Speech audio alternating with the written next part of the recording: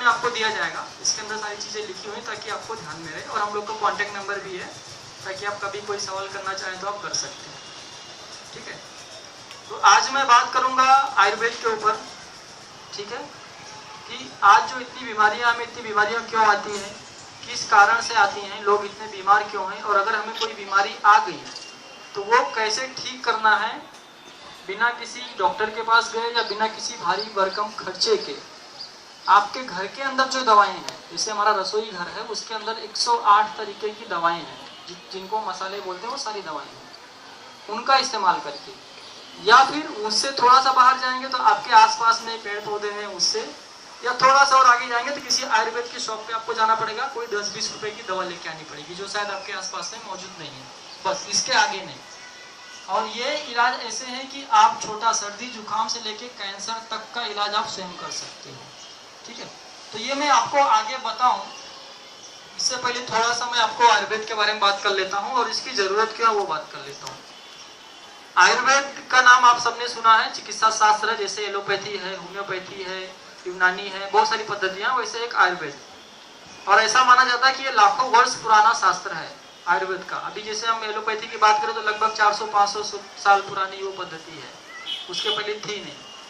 लेकिन आयुर्वेद, आप किससे कहानियां पढ़ते हैं, आपने रामायण की कहानियां सुनी है, महाभारत की कहानियां सुनी है, उसमें भी आपको आयुर्वेद का जिक्र मिल जाएगा।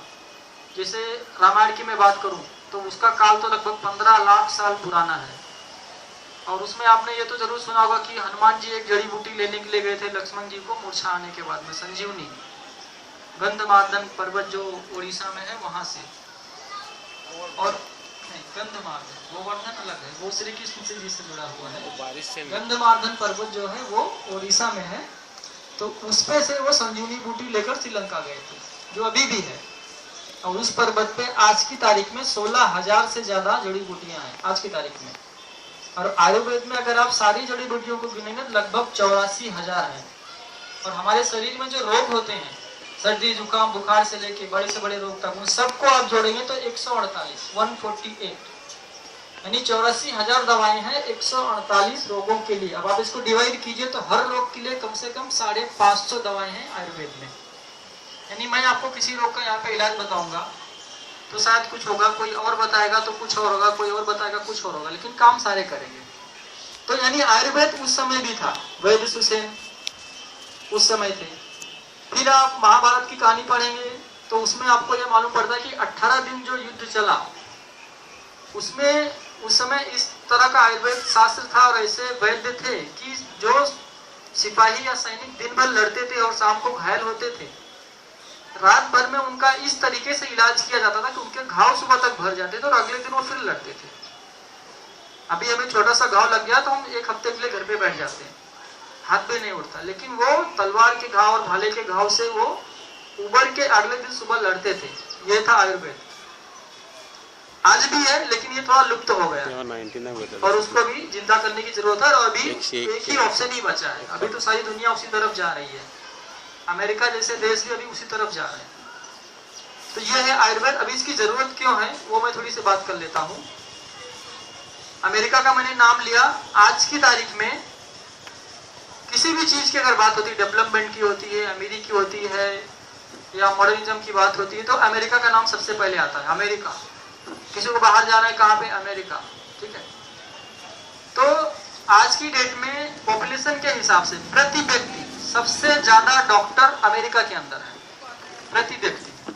पॉपुलेशन तो हमसे कम है लेकिन एक व्यक्ति पे कितने डॉक्टर वो अगर जोड़ने जाएंगे सबसे ज्यादा अमेरिका में, सबसे ज्यादा हॉस्पिटल अमेरिका में, सबसे ज्यादा, और डॉक्टर ज्यादा है तो सबसे ज्यादा क्लिनिक भी वहां पे है।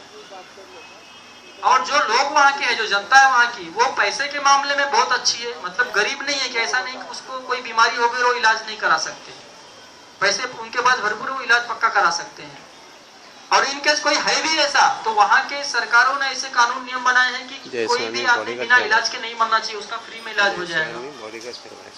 तो दुनिया के सबसे अच्छे डॉक्टर, सबसे अच्छे हॉस्पिटल, सबसे ज्यादा हॉस्पिटल, सबसे ज्यादा क्लिनिक, सब कुछ। लेकिन अगर बीमारियां देखेंगे तो जितनी हमारे यहाँ पे उससे ज्यादा वहां पे है, और बीमारों की संख्या भी यहाँ से ज्यादा है वहां पे। जैसे आज हमारे देश में क्या हो रहा है, सरकार हेल्थ के लिए बजट बनाती है, हर साल उसको बढ़ाते जा रहे हैं, नए नए हॉस्पिटल खुल रहे हैं, डॉक्टर आ रहे हैं, क्लिनिक हो रहे हैं। किस लिए कर रहे हैं? कि बीमारियां कम होनी चाहिए और बीमार लोगों की संख्या कम होनी चाहिए, इसलिए कर रहे हैं। लेकिन अभी जो मैंने आपको अमेरिका का एग्जांपल दिया, उससे क्या लगता है ये होने वाला है? नहीं होने वाला है ना, क्योंकि